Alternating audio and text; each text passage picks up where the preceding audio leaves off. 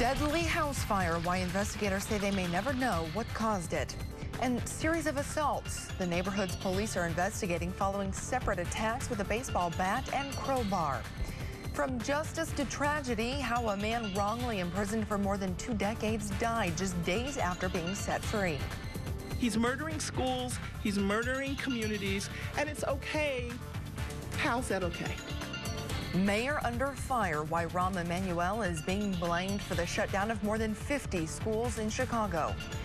Powerball fever, how high the jackpot has climbed, and tonight's winning numbers. And the attack that wasn't, why a stunt to make an Arkansas man look like a hero could land him in jail. KSPR News at 10 starts now. ABC for the Ozarks, covering our community. This is KSPR News at 10. Good evening, I'm Melody Pettit. For the second time in 3 nights, we're back in storm mode, monitoring another significant snowstorm making its way towards the Ozarks. Meteorologist Aaron Bull has more on the timing and which counties are in the storm's path. Aaron? Well, it's going to be another snowstorm for a lot of us. Farther south you go, not going to be horrible, but the farther north, that'll be another story. Take a look at our winter weather advisory. This goes basically along I-44, points to the south, Jasper County, Lawrence, Greene, Webster, all the way over to Dent County, points to the south. That goes from midnight till Sunday at 7 p.m. And then areas to the north, that is a winter storm warning. Those are the places that could see more than 6 inches of snow possible. To the south areas will be right around 2 to 5 inches will be more common for those places. And later on, we'll actually pin those down and let you know what city will see how much snowfall total for later on into tomorrow afternoon. Now, we are seeing the snow starting to break out into Kansas and Oklahoma. That will increase in coverage and move into our area. But if you're going to be out and about this evening, just mainly rain right now. To the north and west will start to transition over the snow. And for all of us, we'll start to see that. But it won't be mainly until 4 in the morning that we'll start to see that. 30 degrees tonight, rain, snow, switching over to snow, 3, 4 in the morning. And then eventually for tomorrow, we could see heavy snow to start the day.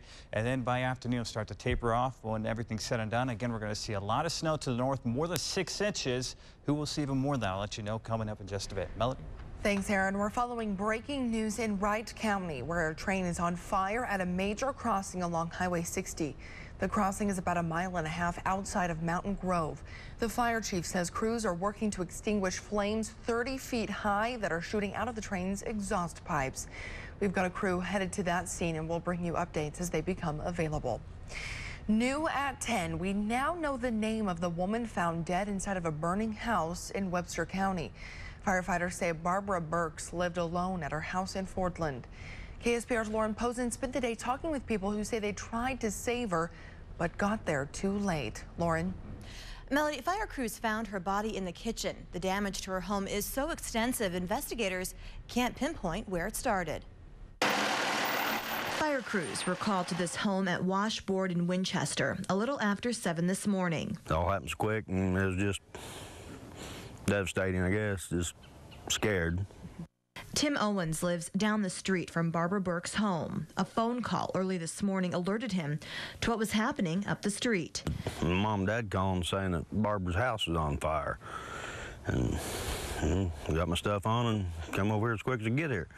Owens says he was second on scene. When I first got here, the whole entryway was on fire, and we went around back, and the back door was already through just about the center of the house. Multiple departments responded to help fight the fire. Fire Chief Larry Reeves says it took more than 2 hours to get the blaze under control. Burke's family never left the scene. Many stayed walking through what once was their family member's home. The Red Cross was on hand for support. We're working with them now to make sure that we're providing any assistance that we can be for funeral services and for mental health, counseling, that sort of thing if it's needed. As her family tries to pick up the pieces, Owens has kind words for his neighbor. Likeable, always had a comment for everything, wave, you know, always spoke and mind her business and just went on. The fire chief says the blaze is not considered suspicious. An autopsy has been scheduled just in case. Melody? Thanks, Lauren. Logan, Rogersville, Seymour, Sparta, and Mansfield fire departments all responded to that fire. The fire marshal was unable to determine a cause because of the extent of that damage. A man from Shell Knob is facing up to 20 years in prison after pleading guilty to involuntary manslaughter. Prosecutors say Nicholas Kolhenik drove drunk and killed Aaron Poston of Shell Knob in July. The Missouri Highway Patrol says he turned his car in front of Poston's motorcycle. Sentencing is scheduled for late May. A man from Rogersville who had been charged with 2 counts of enticement of a child is avoiding jail time after agreeing to a plea deal. A judge sentencing Joshua Wood to 5 years probation after he pleaded guilty to a single count of attempted enticement of a child. In 2009, Wood traveled to Crane thinking he was meeting a 13-year-old girl. Instead, deputies were waiting for him and took him into custody. As part of that sentence, Woods must register as a sex offender for the rest of his life. Springfield police are investigating a reported attack involving a knife and a baseball bat. It happened yesterday in the 1800 block of East Cherry Street. Police say 2 people were arguing when one of them pulled out a knife. That's when the 3rd person got involved. He hit the person with the knife over the head with a bat. The man holding the knife was taken to a hospital. So far, no charges have been filed. Springfield officers are also investigating an attack involving a crowbar. It happened yesterday in the 1000 block of South New Avenue. Authorities questioned a 28-year-old man. So far, no charges have been filed. The ayes are 50, the nays are 49, and the concurrent resolution is agreed to. And with that, the U.S. Senate passed its first federal budget in 4 years. Senators spent more than 12 hours trying to get a budget passed, narrowly reaching an agreement in the wee hours of the morning. The budget calls for $1 trillion in tax increases to help reduce the nation's $16 trillion deficit. The bill now goes to the House. Outrage in Chicago as the city braces for one of the largest mass school shutdowns in U.S. history. Chicago officials say they're planning to close dozens of schools in an effort to improve education and shore up a $1 billion budget deficit. Parents and school board members are speaking out against the decision and the man they say who's responsible. I heard that they're not going to be coming back next year, and it's sad. It's sad. You think it's the black communities that often are asked to sacrifice first? In this case, yes, I do. Yes, I do. So we have a murder mayor. We have a murder problem. He's murdering schools. He's murdering communities. And it's okay. How's that okay? 61 buildings are set to close over the summer, including 53 schools. The district says the savings will allow major investments in surviving schools, including adding 70 libraries, science labs, and even air conditioning. With the world watching, 600 years of history changed course today as the new Pope of the Catholic Church met with his predecessor. The encounter could have meant a minefield of problems over protocol and precedent, but those concerns subsided as Pope Francis and Benedict shared mutual respect. The 2 men will be neighbors for the foreseeable future. The church's former leader plans to live in an apartment in the Vatican. A change in drug laws has police in Washington state scrambling to retrain dogs to ignore the smell of marijuana. The state recently legalized the drug for personal use. Most of those dogs are still alert to police to the drug, which could result in an illegal search. Prosecutors in Washington warn police they may now need more than a canines alert for a search warrant. Police are also trying to retrain the dogs by desensitizing them to pot. From triumph to tragedy, how a man wrongly imprisoned for more than 2 decades died just days after being set free. And we have some rain coming. We're going to be talking about that, and also some snow coming up in just a bit. And we'll get you caught up on some thrilling NCAA tournament games. And as Mizzou Spring football is underway, Dorial Green Beckham talks about what his sophomore campaign might hold. That's all later in sports. You're watching KSPR News at 10 with Melody Pettit, meteorologist Aaron Bull, and sports with Matt Warner. KSPR, covering our community.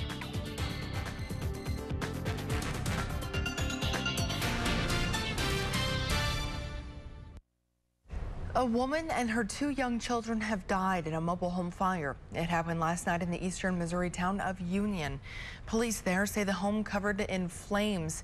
After putting out the fire, firefighters found the bodies of the 24-year-old woman and her 1- and 6-year-old children. Their names have not been released. The woman's husband was not home at the time of the fire. The cause of that blaze remains under investigation. A lawsuit has been filed over that deadly natural gas explosion that destroyed a Kansas City restaurant. The suit, filed on behalf of 6 employees of JJ's restaurant, claims that gas company employees told people it was safe to remain in that area. The explosion killed Springfield native Megan Kramer, who was a worker there. A Missouri Gas Energy official says Heartland Midwest reported hitting a natural gas line with an underground borer before the explosion.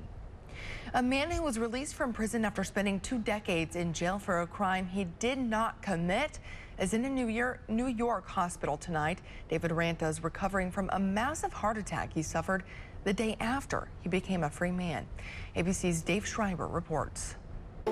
The day after David Ranta became a free man after more than 20 years behind bars for a murder he did not commit, he suffered a massive heart attack. He's being treated in a New York hospital where his attorney says the 58-year-old Ranta is recovering. The accumulated trauma of being falsely convicted and incarcerated for 23 years, coupled with the intense emotions surrounding his release, has had a profound impact on his health. Ranta was convicted in the 1990 killing of a Brooklyn rabbi during a botched robbery. The crime reverberated throughout the Hasidic community and the city. Ranta always insisted he was innocent, and recently, prosecutors found flaws in the case, including a witness admitting a lineup had been rigged and mishandling of the case by police. A New York judge overturned Ranta's conviction. The defendant's motion to vacate the judgment of conviction is granted. The former inmate was overcome with emotion. This is overwhelming. Ranta's family never gave up hope he would one day be released, and they remain at his hospital bedside. Ranta's lawyer says he appreciates the support pouring in from New York and from around the world. Dave Schreiber, ABC News, New York. 6th highest jackpot ever. Get your tickets ready. We'll have your winning lottery numbers coming up.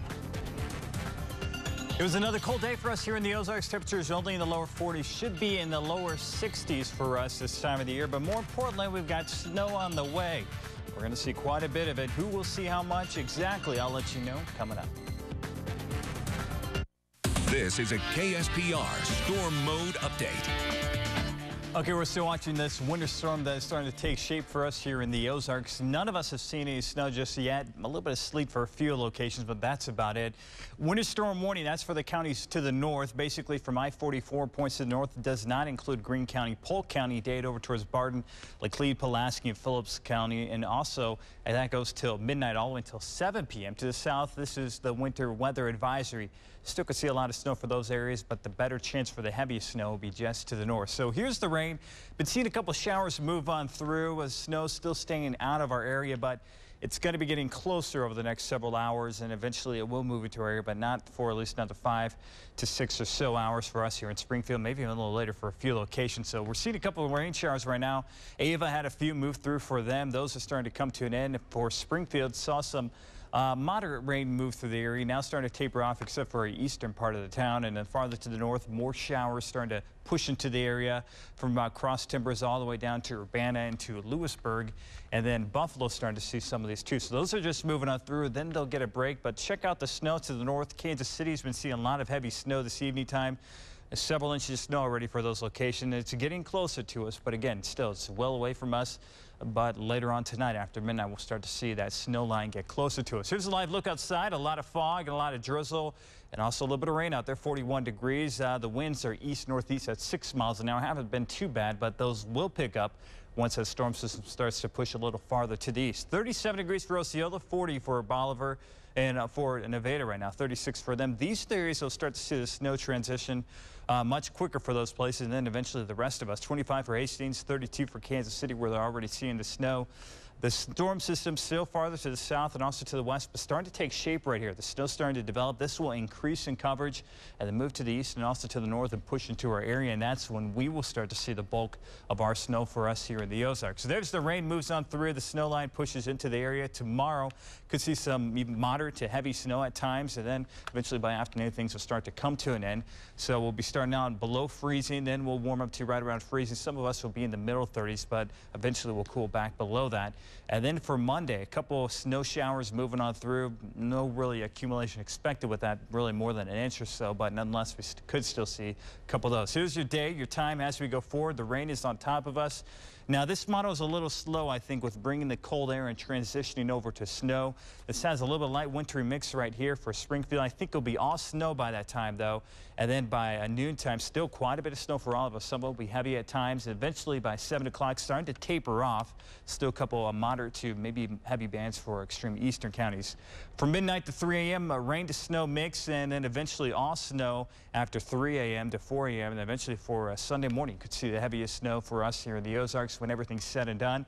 To the north, Osceola, Camden, 8 to 10 inches. Bolivar, 6 to 8 for them. Also 11 in Fort Leonard Wood, including Waynesville. And then farther, just north of Joplin. Joplin points to the south, right around 3 to 5 inches. Bonnet, Houston, then towards Branson, kind of on the edge, 2 to 3 inches for them. Northern Arkansas, right around 1 to 2 inches of snow, and eventually starting to taper off the farther south you go. Here's your forecast for tonight. Lows topping out right around 30 degrees. Snow after 3 a.m. for most of us, and later on for tomorrow, we're going to see that snow move on in. Some of it will be heavy at times, and for the next couple of days, flurries for Monday, and then we still see cool weather for Tuesday, but it's going to warm up. Look at that, all the way back into the 60s for Friday and Saturday. That will feel really, really nice, but get ready for a bunch of snow tomorrow. One of those good days where you probably just want to stay home, maybe watch a movie, drink some hot chocolate. That would be nice. Or make a snowman. Right.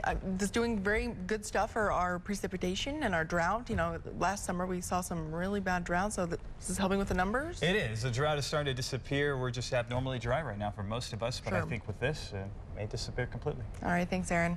With recent lottery jackpots exceeding $500 million, the current Powerball drawing had been staying under the radar until this weekend. The jackpot is now at $320 million. That's the 6th highest ever for the multi-state game. Tonight's winning numbers are 17, 29, 31, 52, 53, and the Powerball is 31. I hope somebody won out there. It's the thought that counts, but that's not the case for an Arkansas man whose attempt at getting the girl could land him in jail. We'll tell you what went wrong when KSPR News at 10 continues. Most would agree that love can cause you to do some crazy things. Tonight, an Arkansas man could face charges for his over-the-top attempt at getting the girl, which included a staged attack to make him look like a hero. Allison Munn explains how it all went wrong. 911, where's your emergency? Hi, I'm at the nature center. The guy came out, and this is where he started kind of coming up towards us. Somebody attacked me and my friend. I'm having a run. Somebody attacked you? Yes. Please hurry. He had told me to stay back, so I was about right here. And when the guy came out, as soon as he came out, I just turned and started to run back this way. And kept running. I just went straight down the edge of this, all the way across the field to the highway over there. Brienne Coots says when her friend Tyler Siegel insisted they meet up in person to talk, she didn't think much of it.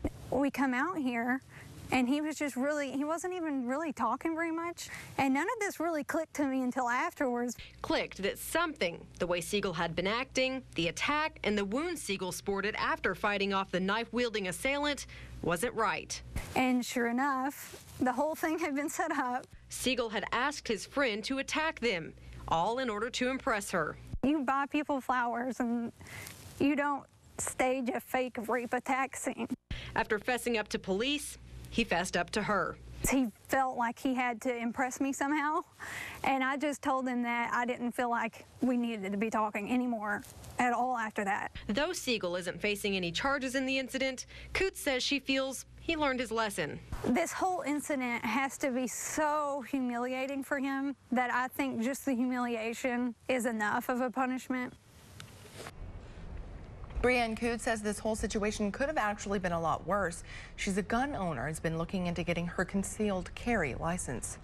Straight ahead, your bracket is officially destroyed. More upsets today in the NCAA tournament, and the Cardinals suffer yet another injury. That's coming at you next in sports. Now, KSPR Sports. Well, the Sweet 16 is a big deal. It's the first round of the NCAA tournament games that they actually have a nickname for. Think about it. They don't call it the Super 64 or the Thrilling 32. But the Sweet 16, you make it that far, and you know you're doing something special. 8 teams with the chance to do just that today. And the stunner of the tourney involving Wichita State. They knock off #1 seed Gonzaga 76-70. The Shockers hit 14 threes as the Missouri Valley Conference is still unbeaten in the tournament. Also, SLU's great season coming to an end tonight. 12 seed Oregon upsets them 74-57. A couple other games. Great one between Butler and Marquette. Excuse me, the Golden Eagles outlast Butler to make their 3rd straight Sweet 16. It makes me emotional. And the Cinderella story for Harvard coming to an end this evening. Arizona wins big at 74-51. All right, to earlier games now. 1 seed Louisville taking on Colorado State. The Ram Kid is a superstar. Mizzou fans, they saw a lot of this the other night. Colorado State offensive rebound and put back by Colton Iverson. Rams up 14-12, perhaps another upset. But then that Cardinal offense heating up. Russ Smith in particular, he'd score 27. The defense stifling at times. The steal, the layup. And that would make a huge run for Louisville and, of course, make the Ram Kid oh so sad. That costume no doubt soaked with tears and most likely sweat. 1 seed Louisville advances to the Sweet 16, winning 82-56. Michigan State, Memphis also meeting this afternoon. The biggest block in the tourney coming right here. DJ Stevens, the monster rejection for Memphis. Later, Stevens with another denial. That led to a fast break bucket for the Tigers. They trailed by just 3 at the half against the 3 seed Michigan State. Meanwhile, second half, teammates going at it in the Spartans huddle. Apparently, whatever they were saying, it worked out well for them. They would get hot and run away with this one. 70-48 Michigan State wins. They'll now face tomorrow's Creighton Duke winner. And finally, 5 seed VCU facing 4 seed Michigan. VCU in their pressing defense, fast-paced offense, hung around the first 10 minutes or so, but then the beatdown began. A 15-point lead at the half for the Wolverines. They would get 21-14 from Mitch McGary, and Michigan headed to the Sweet 16 for the first time since 1994. They'll face tomorrow's Kansas, North Carolina winner. Well, this spring, the injury bug has bitten the St. Louis Cardinals hard. They've seen injuries to Chris Carpenter, Rafael Furcal, even manager Mike Matheny had to have back surgery. And now you can add closer Jason Mott to the list. Mott has what's being called a mild strain in his right elbow. A mild strain doesn't sound all that bad, but it will be enough to likely land him on the disabled list. That would also mean that he missed opening day. With Mott out, the closer role will now go to Mitchell Boggs. Trevor Rosenthal becomes your new setup man. Cardinals taking on the Marlins in spring training ball today. 9th inning, Cards down 5-3 in this one. Runners on second and third. Pete Kozma rolling one to the right side. He's safe. Run scores, made it 5-4. Very next batter, a wild pitch uncorked. That would bring in Shane Robinson. This game tied at 5 apiece. It would head to the bottom of the 9th, still tied. Mark Stepchinski called in to pitch for the Cards. He would not fare well. Runner on second. Here's your game-winning single from Chris Coughlin. Marlins take it 6-5. Cards have a record of 12-13 in the spring. Royals would win today over the D-backs.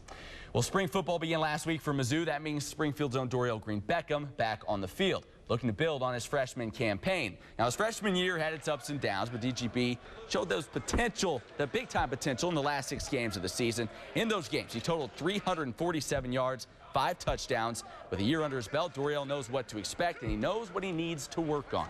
The biggest improvement for me is just route running. I mean, just trying to get in and out my breaks. I mean, just coming off the ball quick enough. Those are mainly the important factors. I feel more comfortable with the game, so it looks like we're finna figure out what this sophomore year is finna come up to. Hear much more from DGB tonight on the Ozone Show. It airs immediately after we're done right here on KSPR. Tonight, we also name our high school boys basketball MVP and catch up with Drury as they prepare to play in the Elite 8. You said you almost picked the Shockers. Almost. You should have gone with it. That close. What I'm not even just saying that. I came from Wichita and covered. She did actually say that before. You should have gone with it. I should have You'd done be winning the bracket. All right, thanks. Meteorologist Aaron Bowl will have a final look at the looming snowstorm when KSPR News at 10 continues. Heavy snow tomorrow. We're going to see more than 6 inches north of I-44 to the south of it, 3 to 5 in northern Arkansas, about 1 to 2. So get ready for the snow tomorrow and then it'll eventually warm up, but not for another week. Oh, man. All right, that'll do it for us. We'll see you tomorrow evening at 5. The Ozone starts right now.